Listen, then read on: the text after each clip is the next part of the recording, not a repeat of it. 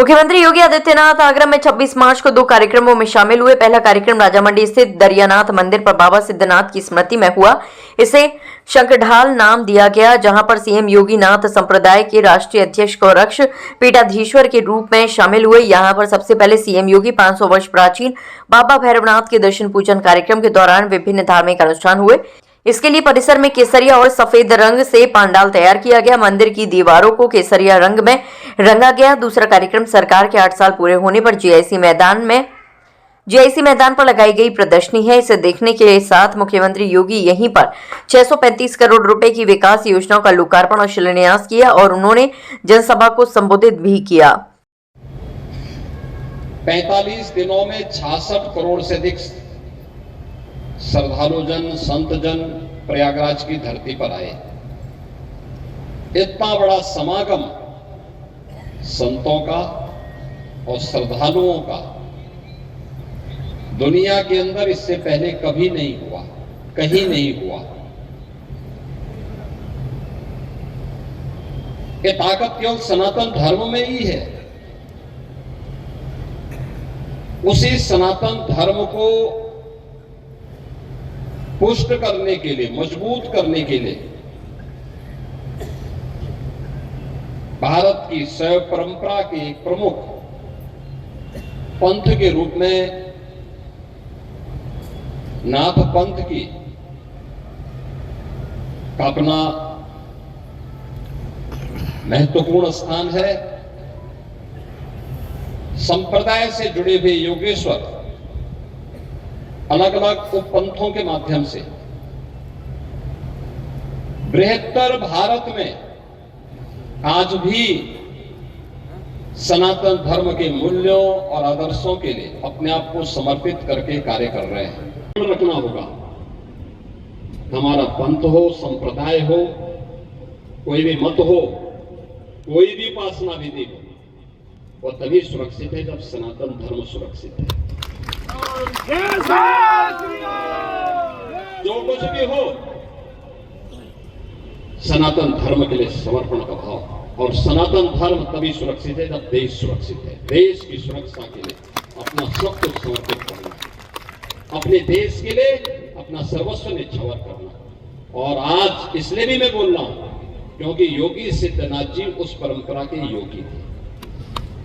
उन्होंने बहुत लंबे समय तक मेरे साथ काम भी किया। लगातार इस आगरा मंडल में लगातार जागरण के किसी भी कार्यक्रम के साथ जुड़े रहते थे। आज वे हमारे बीच में नहीं है। मैं यहां पर योगेश्वर दरियानाथ जी के श्री चरणों में नमन करते हुए योगी सिद्धनाथ जी को, यहाँ की परंपरा के सभी उन योगेश्वरों को जो आज भौतिक रूप से हमारे बीच में नहीं है, उनको विनम्र श्रद्धांजलि अर्पित करता हूं। आप सबका मैं स्वागत करता हूं।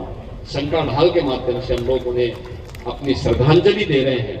महायोगी गुरु गोरक्षनाथ जी से ही प्रार्थना है कि वह योगी सिद्धनाथ जी को अपने श्री चरणों में स्थान दें, उनके पारलौकिक जीवन को कल्याणमयी बनाने में अपना योगदान दें। इस विश्वास के साथ आप सबका मैं एक बार फिर से इस आगरा मंडल में ब्रज भूमि पर, जो भगवान श्री कृष्ण की लीला भूमि है, जन्म भूमि भी है, इस भूमि पर यमुना मैया के तट पर आयोजित इस कार्यक्रम में आप सबका मैं हृदय से एक बार फिर से स्वागत करता हूं, अभिनंदन करता हूं। संकल्प ले लिया तो होकर के रहेगा। कुंभ या महाकुंभ हो, अयोध्या में श्री राम जन्मभूमि पर मर्यादा पुरुषोत्तम प्रभु श्री राम के भव्य और दिव्य मंदिर के निर्माण का कार्य, जिसको लोग असंभव कहते थे नहीं हो सकता, लेकिन वो संकल्प पूरा हुआ। संकल्प की पूर्ति का माध्यम बना समाज की जागरूकता, समाज की एकजुटता, सामाजिक एकता का जो भाव पूज्य संतों ने राम भक्तों के मन में पैदा किया। उत्तर से दक्षिण तक, पूरब से पश्चिम तक उस एकता के ज्वार ने सभी बाधाओं को दूर करते हुए, सभी बाधाओं को पार करते हुए राम जन्मभूमि के आंदोलन को इतना प्रचंड तेज के साथ भर दिया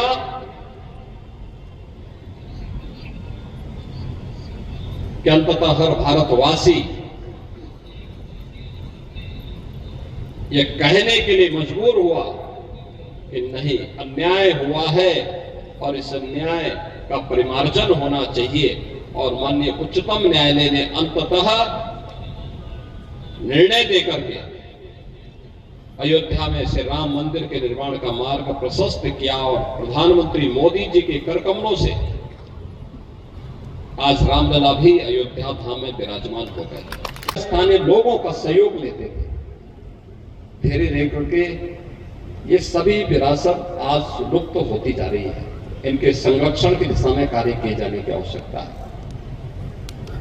जहां कहीं भी एक पुराने और पौराणिक स्तर के या अवशेष मिले उसको संरक्षित करिए, अपने स्थान पर इकट्ठा करिए।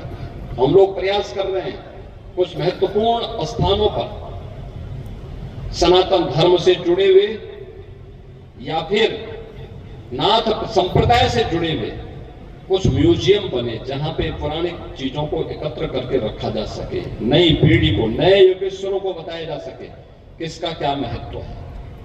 अन्यथा वर्तमान पीढ़ी भूल जाएगी। मोबाइल फोन सबको भुला देगा।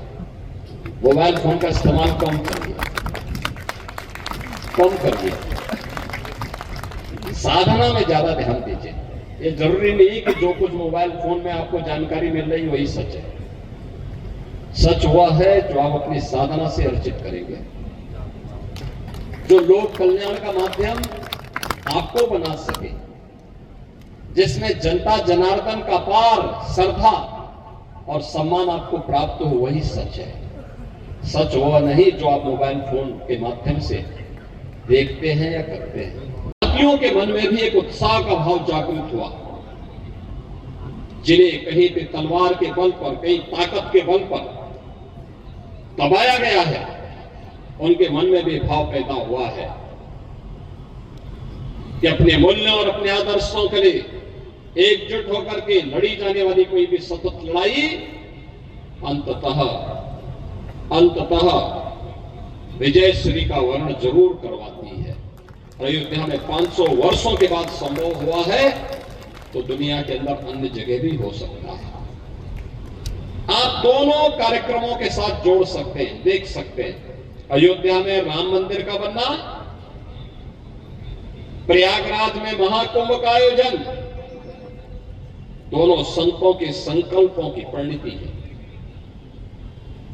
संतों के व्यापक साधना की परिणति है, उनकी जागरूकता की परिणति है।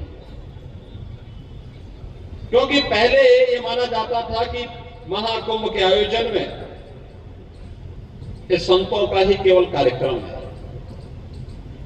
कुछ भक्तगण भी आ जाते थे, लेकिन संतों ने जब एक सकारात्मक भाव के साथ पूरे समाज को जोड़ने का काम किया, देखते ही देखते वह संत कितने आए होंगे? बहुत रहे होंगे, 50 लाख, 1 करोड़, इससे ज्यादा साधु, संत, योगेश्वर, पुजारी इन सबको मिला लें तो 50 लाख से अधिक संख्या नहीं रही होगी। लेकिन भक्तों की, श्रद्धालुओं की संख्या और पर्यटकों की संख्या मिलाकर के देखेंगे तो 66 करोड़, कई गुना बड़ी संख्या वहां पहुंची।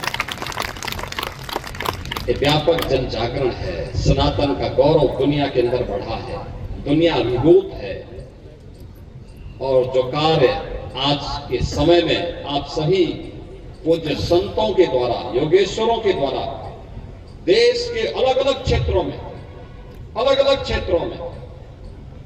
आज जन जागरण के अभियान के साथ जुड़ रहे हैं, बड़ी विशिष्ट परंपरा है भारत के सनातन धर्म की।